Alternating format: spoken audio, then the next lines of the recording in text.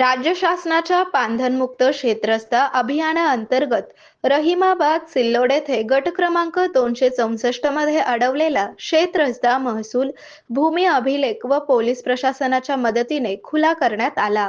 या शेतरस्ता खुला झाल्याने संबंधित शेतकऱ्यांच्या चेहऱ्यावर हास्य फुलले। रहिमाबाद येथील संजय कुलकर्णी, सुनील कुलकर्णी, भगवान शिरसाट, स्वामीनाथ डमाळे, संतोष कुलकर्णी यांच्यासह शेतकऱ्यांचा शेतरस्ता काही शेतकऱ्यांनी गैरसमजातून अडवला होता। याबाबत मामलेदार तथा तहसीलदाराकडे दाद मागण्यात येऊन तहसीलदारांच्या आदेशाने शेतरस्ता खुला करण्यासाठी मंडळ अधिकारी विशाल शेलकर, भूमी अभिलेखचे भूमापक राजेंद्र गावंडे, पोलीस कर्मचारी सतीश पाटील, वैजनाथ चव्हाण, वैशाली सोनवणे यांच्यासह संबंधित शेतकऱ्यांना अडवलेला शेतरस्ता यंत्रसामुग्रीच्या सहाय्याने खुला करण्यात आला।